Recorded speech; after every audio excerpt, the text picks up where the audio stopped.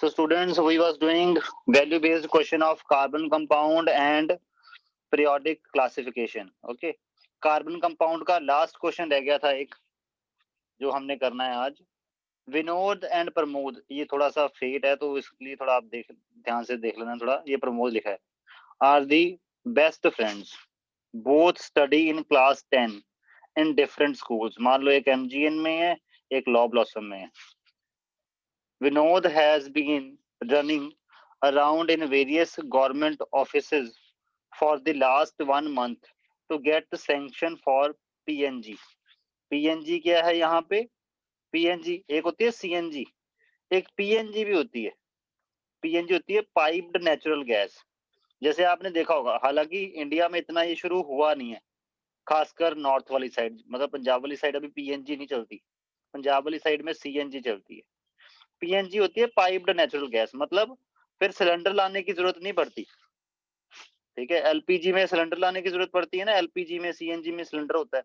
जो piped natural gas है उसमें क्या होता है, जैसे घरों में बिजली आती है ना पाइप वायर्स के थ्रू, वैसे ही घरों में पाइप के थ्रू नेचुरल गैस आती है. फिर हम उसी को यूज कर लेते हैं. जैसे आपने अंग्रेजी फिल्मों में देखा होगा, वो बड़ी बड़ी पाइप्स में थोड़ा सा भी चिंगारी लग जाए, नाली कहते हैं, वो पूरा फट जाता है ना, वो दिखा रहे होते हैं फिल्मों में. ठीक है, हॉलीवुड वाली फिल्मों में खासकर. तो ये PNG means piped natural gas, जो पाइप के थ्रू सप्लाई की जाती है. फिर वो सिलेंडर भरने भराने का काम खत्म. फिर जैसे बिजली का बिल आता है, वैसे पाइप के थ्रू जो गैस आ रही होती है उसका बिल आता है. ठीक है, हालांकि साउथ वाली साइड कुछ सिटीज में पीएनजी ही चलती है. Get sanction for PNG connection for his home. Due to his efforts, Vinod's family has just got a PNG connection in which cooking gas is supplied through pipes. On the other hand, Pramod's family has a LPG connection in which cooking gas is supplied in cylinders. One day, Vinod and Pramod was discussing PNG and LPG. Pramod said that PNG is a cooking gas and LPG also a cooking gas. Therefore, their chemical composition is exactly the same. Okay, exactly the same. Vinod, however, did not agree with Pramod. Vinod then explained the difference between PNG and LPG. PNG और LPG में difference उसने explain किया to Pramod and also told him the advantage of having PNG connection. PNG connection होने का उसने advantage भी बताया.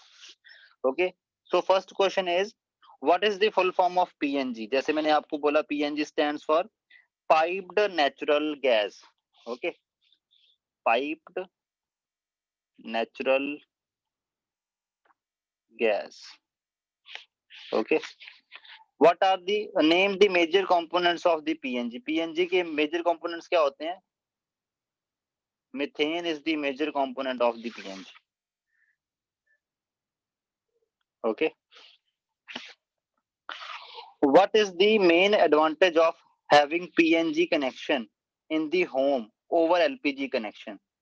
PNG connection में क्या होगा, कोई खत्म होने का चक्कर ही नहीं है. जैसे एलपीजी का सिलेंडर एक बार खत्म हो गया, उसके बाद उसको उतार के बदलना पड़ता है ना.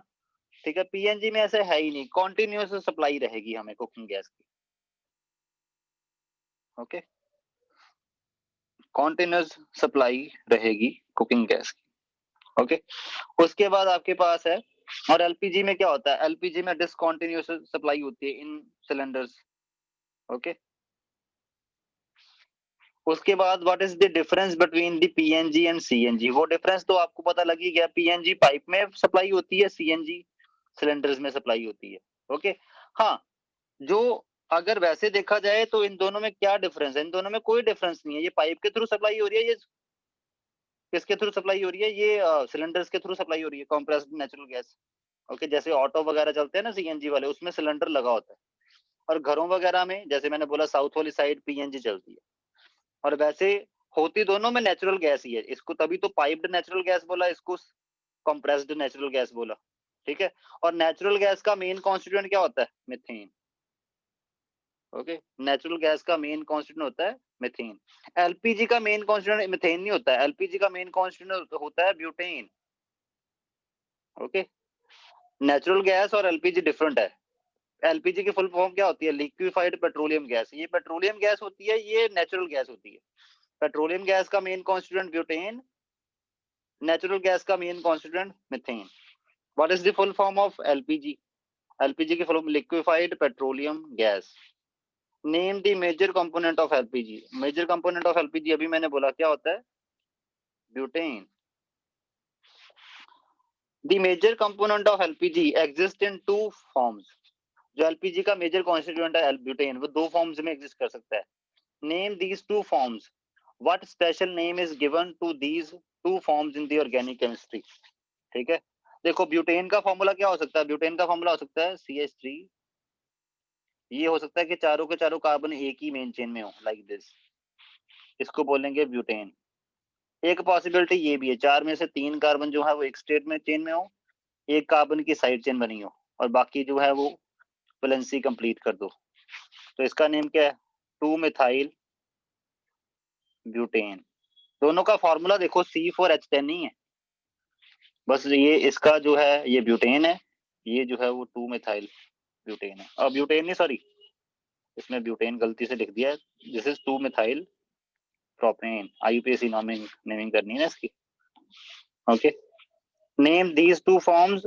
What special name is given to these two forms in the organic chemistry. इन दोनों को क्या बोलते हैं? These are called as the isomers. ये एक दूसरे के क्या है? Isomers. What values are displaced by Vinod in this episode. वही नॉलेजेबल है, ठीक है, अवेयरनेस है, ओके। उसके बाद desire to make his family life comfortable, क्योंकि वो ऑब्वियस है पाइप्ड नेचुरल गैस से क्या होगा, थोड़ा कंफर्ट लेवल और बढ़ जाएगा, सिलेंडर भरने भराने का चक्कर ही खत्म हो गया है ना। क्लियर? तो these values are displayed in the Vinod. Now the next value based question is question number 15. Rohan was told that 6 elements A, B, C, D, E, F, 6 elements हैं ये, have atomic number 2, 12, 20, 18, 4, 10 respectively, where A, B, C, D, E, F are not the chemical symbol of these elements. ये chemical symbols नहीं है। जैसे वैसे अगर देखा जाए तो हीलियम के लिए सिंबल B थोड़ी ना होता है, उसके लिए तो He होता है, सोडियम के लिए Na होता है। ये जो ABC है ये जनरल दिया, ये एक्चुअल में केमिकल सिंबल नहीं है उन एलिमेंट्स के। Based on this information Rohan was asked to answer the following question. ठीक है, ए का एटॉमिक नंबर कितना है? ए का एटॉमिक नंबर 2, बी का 12, सी का 20, डी का 18, ई का 4, एफ का 10। ओके, इनकी इलेक्ट्रॉनिक कॉन्फ़िगरेशन भी कर लें। इसकी 2, इसकी 2, 8, 2, इसमें 20 इलेक्ट्रॉन्स हैं, तो 20 में कितने होते हैं? 2, 8, 8, 2, इसके लिए 2, 8, 8, इसके लिए 2, 2, इसके लिए 2, 8। ठीक है, these are the electronic configurations of the elements. Okay, wait a minute students. So ये इलेक्ट्रॉनिक कॉन्फ़िगरेशंस हो गई हैं। अब आगे देखते हैं what they are asking for. Which of these elements belong to the same group of the periodic table? Group कैसे decide होता है? ग्रुप डिसाइड होता है आउटर मोस्ट शेल के अकॉर्डिंग। ठीक है, आउटर मोस्ट शेल में कितने इलेक्ट्रॉन उसके अकॉर्डिंग। इसके आउटर मोस्ट में 2 है, बट इसमें ये फर्स्ट शेल है, ये थोड़ी एक्सेप्शन होती है ना, जिसमें सिर्फ फर्स्ट शेल ही फिल्ड होता है, और फर्स्ट शेल फुली फिल्ड होता है वो तो नोबल गैस हुई। और नोबल गैस कौन से ग्रुप में आती है? वो आती है ग्रुप नंबर 18 में। इसका ग्रुप नंबर 18 है। ये जिसका 12 है उसका ग्रुप नंबर कितना होगा? आउटर मोस्ट शेल में कितने इलेक्ट्रॉन है? 2, तो इसका ग्रुप क्या बना? इसका ग्रुप बना 2। इसके केस में आउटर मोस्ट शेल में कितने इलेक्ट्रॉन है? 2, तो इसका भी ग्रुप बना 2। इसके केस में आउटर मोस्ट शेल में कितने इलेक्ट्रॉन है? 8, फुली फिल्ड है। और जब 8 होते हैं तो हम कैसे निकालते हैं? 10 + 8, 18। ग्रुप नंबर कितना बना? 18। इसके लिए ग्रुप नंबर कितना बना? इसमें भी आउटर मोस्ट शेल में 2 इलेक्ट्रॉन है, इसमें ग्रुप नंबर 2, और इसमें ग्रुप नंबर 18। तो एक्चुअल में जो आपका ए, डी एंड एफ, ये तीनों किसको बिलोंग करती हैं? ये ग्रुप नंबर 18 को बिलोंग करते हैं। बी सी ई, ये किसको बिलोंग करते हैं? ये ग्रुप नंबर 2 को बिलोंग करते हैं। ये 2 को बिलोंग कर रहे हैं, ठीक है। ये ब्लू वाले ग्रुप नंबर 18 को बिलोंग कर रहे हैं, okay. Which of these elements belong to the same period of the periodic table? Same period, period किसके अकॉर्डिंग डिसाइड होता है? कितने शेल फिल हुए हैं। इसमें एक शेल फिल हुआ है, तो इसका कौन सा पीरियड है? इसका पीरियड है फर्स्ट। इसमें कितने शेल फिल हुए हैं? 1 2 3, 3, तो इसका कौन सा पीरियड है? 3। इसमें कितने शेल फिल हुए हैं? 4, तो इसका पीरियड कौन सा है? 4। इसमें कितने शेल फिल हुए हैं? 3, तो इसका कौन सा पीरियड है? 3। इसमें कौन से कितने शेल फिल हुए हैं? 2, तो इसमें कौन सा पीरियड है? 3। इसमें कितने शेल फिल हुए हैं? सॉरी 2 होना था इसमें, क्योंकि 2 फिल हुआ है ना इसमें। इसमें कितने टोटल शेल फिल हुए हैं? 2, तो इसके लिए पीरियड कितना है? 2, लाइक दिस, ठीक है। तो कौन कौन है जो सेम पीरियड को बिलोंग करते हैं? देखो 3 को कौन कौन बिलोंग कर रहा है? बी और सी जो है, बी एंड सी जो है वो पीरियड नंबर 3 को बिलोंग कर रहे हैं। नहीं, बी और डी, सॉरी नॉट सी। उसके बाद सी का पीरियड नंबर 4 है, फिर 4 वाला कोई भी नहीं है। और ई और एफ ये पीरियड नंबर 2 को बिलोंग कर रहे हैं। कौन कौन? E and F, they belong to period number 2। बस ये दोनों एक पीरियड को बिलोंग करते हैं, ये दोनों एक पीरियड को बिलोंग करते हैं। Which of these elements are metals and non metals? ठीक है, आपको पता है जो शुरू में ग्रुप नंबर 1 2 है वो मेटल्स हैं, और ग्रुप नंबर 17 18 वाले नॉन मेटल्स होते हैं। तो यहाँ पे ग्रुप नंबर 18 आया है बस, ठीक है। तो जो ग्रुप नंबर 18 वाले हैं ये सारे नोबल गैसेस हैं, और गैसेस क्या होती हैं? Non metals. तो इट मींस ये जो ए डी और एफ है, ठीक है, A D F belongs to group 18, therefore it is non metal। तो ये क्या है? नॉन मेटल है। उसके बाद जिनका ग्रुप नंबर 2 आया है या 1 आया है, हालांकि 2 वही आया है बस, group number 2 group number 2 group number 2। ये पीरियोडिक टेबल में अगर मैं पीरियोडिक टेबल ड्रॉ करूं ऐसे, ये पीरियोडिक टेबल में इस साइड आते हैं, और इस साइड क्या होते हैं? मेटल्स। ज्यादातर होते हैं मेटल्स ही हैं, है ना, यहाँ इतने रीजन में, ओके। तो ये आपके पास कौन कौन से जो बच गए, कौन कौन बचा है? बी सी और E belong to group 2, therefore metals. तो ये मेटल्स हैं, ठीक है। उसके बाद which of these elements are chemically reactive and unreactive? Reactive कौन से हैं? जो ग्रुप नंबर 2 में आ रहे हैं। ग्रुप नंबर 2 में कौन आ रहे हैं? बी सी और ई, ठीक है। और जो ग्रुप नंबर 18 में आ रहे हैं वो नोबल गैसेस होती हैं, ठीक है। तो ग्रुप नंबर 18 में कौन कौन आ रहा है? ए डी और एफ, ठीक है। तो अनरिएक्टिव कौन होगा? A D F. अनरिएक्टिव का आंसर है ए डी एफ, और रिएक्टिव कौन है? B C E. What values are displayed by Rohan in answering the above questions? वही कि उसको सब पता है, ये तो तुम लोग अब खुद ही आंसर करो इसका, okay. So this question is done. चलो नेक्स्ट क्वेश्चन पे बढ़े हैं। अगर आपको डाउट आए तो कोई बात नहीं, बीच में बोल दिया करो रिकॉर्डिंग के, नो प्रॉब्लम। उसके बाद नेक्स्ट क्वेश्चन है, there are 3 elements X Y Z having atomic number 6 16 19 respectively. Based on this information, Rakshit has been answered to the following has been asked to answer the following question. X का atomic number कितना है? 6, Y का कितना है? 16, Z का कितना है? 19। तो मैं पहले ग्रुप और पीरियड निकाल के रखता हूं इनका। इसकी इलेक्ट्रॉनिक कॉन्फिगरेशन 2 4, इसकी 2 8 6, इसकी 2 8 8 1। तो इसका ग्रुप नंबर कितना है? Group number 4। आउटर मशल में 4 इलेक्ट्रॉन है, तो 10 + 4, अगर 2 से ज्यादा हो तो 10 प्लस करना पड़ता है। तो इसमें ग्रुप नंबर 14, इसमें कौन सा ग्रुप नंबर? 16, इसमें कौन सा ग्रुप नंबर?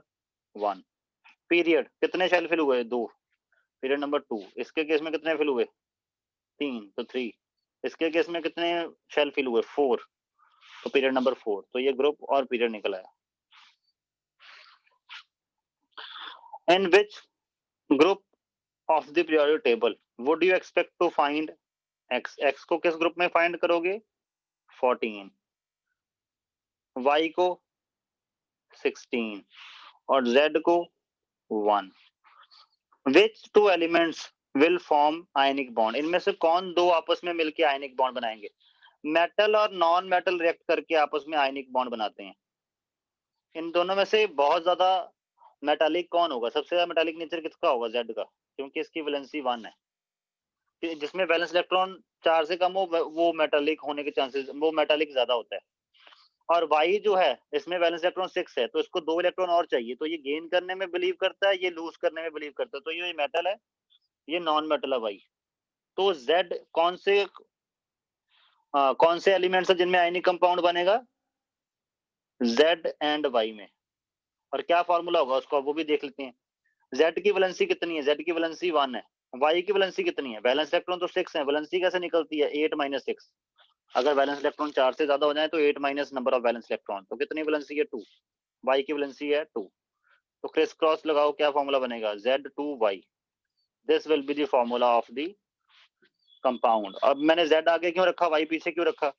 देखो, जो मेटल है वो फॉर्मूला लिखते टाइम आगे लिखा जाता है और नॉन मेटल पीछे, क्योंकि मेटल ने पॉजिटिव बनाना होता है, नॉन मेटल ने नेगेटिव.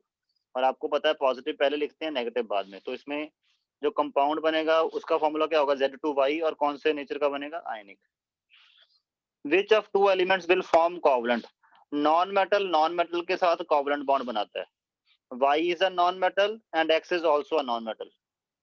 ओके, क्योंकि X की वैलेंसी 4 है, ये मेरे को और इसका एटॉमिक नंबर 6 है, कार्बन है ना एक तरह से, और Y एक तरह से सल्फर है. हालांकि वैल्यू पुट नहीं करनी, बट आपके दिमाग में तो आ गया ना कि X is a carbon, Y is a sulphur.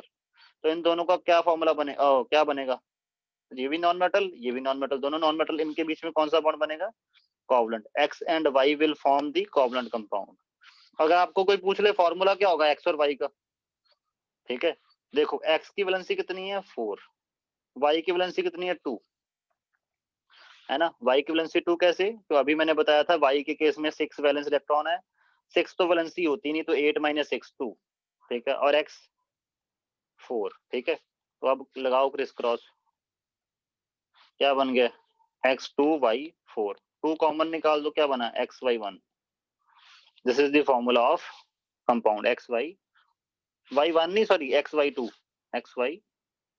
This is the formula of compound formed, XY2. What will be the formula of covalent compound formed? ये रहा, ये तो हमने निकाल ही दिया. What values are displayed by the Rakshit in answering the above questions? ये answer करके उसकी क्या क्या वैल्यू डिस्प्ले होगी, वही उसको सब पता है. उसको पता है आयनिक बॉन्ड कब बनता है, कोवलेंट बॉन्ड कब बनता है, वो एप्लीकेबल, वो कंसेप्ट को पढ़ता ही नहीं है, उनको अप्लाई भी कर सकता है, जो कि आप लोगों को भी करने आने चाहिए. Okay, and he is full of knowledge. So students, this is last value based question, okay, of last chapter, that is periodic classification. Next week से आपके टेस्ट शुरू हैं. Devendra was told that the elements P, Q, R belongs to group 2, 14, 17. It means P के लिए valence electron 2 है, Q के लिए valence electron 4 होंगे, तभी उसका ग्रुप नंबर 14 आया होगा, और R के लिए वैलेंस इलेक्ट्रॉन 7 होंगे, तभी उसका ग्रुप नंबर 17 आया, respectively, of the long form of periodic table. Based on this information, he was asked to answer the following questions. तो उसको ये क्वेश्चन पूछे गए. What is the valency of element P, Q and R? Give reason. Valency का तो नहीं पता, valence electron निकाल लिए हुए हमने, तो इसकी वैलेंसी भी 2 ही होगी. वैलेंसी 2, इसकी वैलेंसी 4, बट वैलेंसी 7 नहीं हो सकती, तो 8 - 7 कितनी? 1. तो कितनी है एलिमेंट P की? 2, Q की 4, R की 1.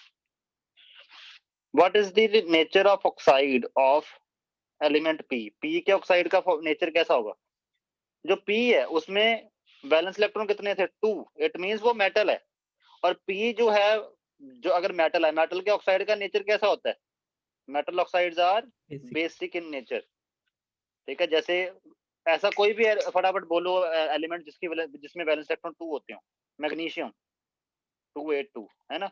तो मैग्नीशियम का जो ऑक्साइड होता है MgO, ये किस नेचर का होता है? ये बेसिक नेचर का होता है। मतलब बेसिक नेचर होने का मतलब होता है कि जब ये वाले ऑक्साइड को वाटर में डिसॉल्व करोगे you will get basic hydroxide. Element Q, Q की वैलेंसी 4 है, तो ये नॉन मेटल है। ये कार्बन जैसा लग रहा है मेरे को। क्यू में वैलेंस इलेक्ट्रॉन 4 है ना, वैलेंस इलेक्ट्रॉन 4 कार्बन हो गया, कार्बन, सिलिकॉन, उसके बाकी जितने भी ग्रुप नंबर मेंबर हैं उन सभी में वैलेंस इलेक्ट्रॉन 4 होते हैं। और कार्बन नॉन मेटल है एक तरह से, है ना, कार्बन वाला केस लेके चलते हैं। नॉन मेटल का ऑक्साइड किस नेचर का होता है? एसिडिक। एसिडिक। जैसे कार्बन का कार्बन डाइऑक्साइड होता है ना एसिडिक नेचर का, जब इसको वाटर में डिसॉल्व करो तो you will get carbonic acid. Okay, but carbon का एक और ऑक्साइड होता है कार्बन मोनोऑक्साइड, ये न्यूट्रल नेचर का होता है, ये एसिडिक नहीं होता। ठीक है, कार्बन के 2 ऑक्साइड हैं।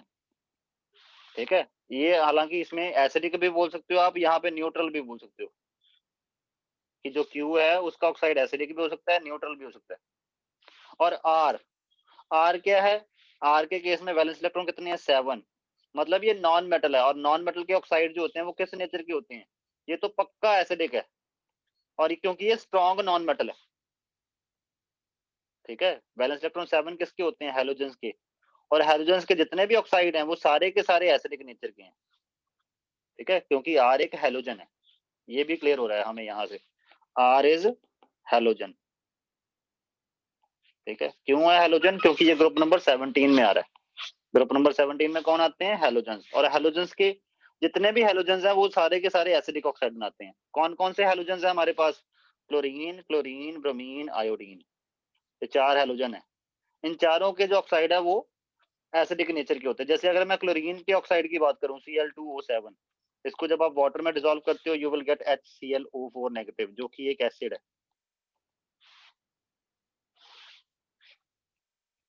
Give one example of each. P, Q, R। P की एग्जांपल जैसे मैंने अभी बोला मैग्नीशियम, Q की एग्जांपल कार्बन, R की एग्जांपल क्लोरीन।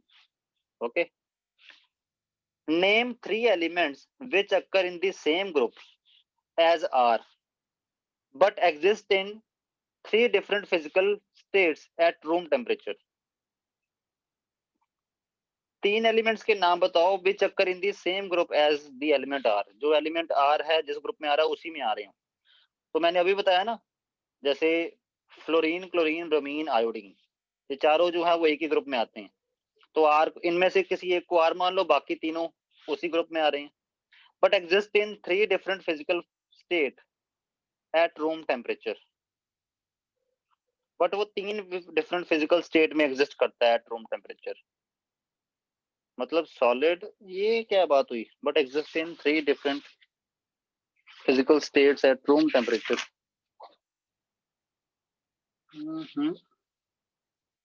इसका क्या बना? Wait a minute, let me think about it.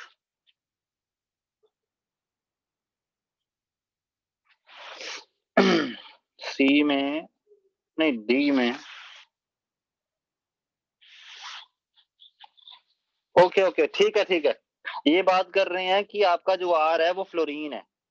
ठीक है, और बाकी अगर मैं बात करूं, जो क्लोरीन है वो गैसेस फॉर्म में एग्जिस्ट करता है, जो ब्रोमीन है वो लिक्विड फॉर्म में एग्जिस्ट करता है रूम टेम्परेचर पे, और आयोडीन जो है वो सॉलिड फॉर्म में एग्जिस्ट करता है। ठीक है, क्लियर? तो आर ये हुआ आपका फ्लोरीन। क्लोरीन क्या हुआ? क्लोरीन गैसेस फॉर्म में एग्जिस्ट करता है, ब्रोमीन लिक्विड फॉर्म में एग्जिस्ट करता है। ओके, और आयोडीन जो है वो सॉलिड फॉर्म में एग्जिस्ट करता है। आयोडीन जो है वो पर्पल सॉलिड की फॉर्म में होता है, पर्पल सॉलिड। ब्रोमीन जो है वो ऑरेंज लिक्विड की फॉर्म में होता है, और क्लोरीन जो है वो व्हाइट कलर की होती है। ओके, पर्पल वाला ऐसा होता है, पर्पल ऐसा आयोडीन होता है। और जो आपका ब्रोमीन है वो इस कलर का होता है लिक्विड स्टेट में, और व्हाइट तो आप लोगों को पता ही है। ओके, अब तो बस ये क्लियर हो गया। आर, आर यहाँ पे फ्लोरीन है, क्लोरीन गैसेस फॉर्म में, ब्रोमीन लिक्विड, और iodine solid. What values are displaced by Devendra in the answering this question. मतलब ये तो तुम लोग भर भर के अपने बारे में तारीफ कर ही सकते हो, देवेंद्र की जगह अपने आप को मान लेना, तारीफ पे तारीफ ठोक देना, जितनी कर सकते हो उतनी कम है ना? So that's it. ये अब आपके value based question is over.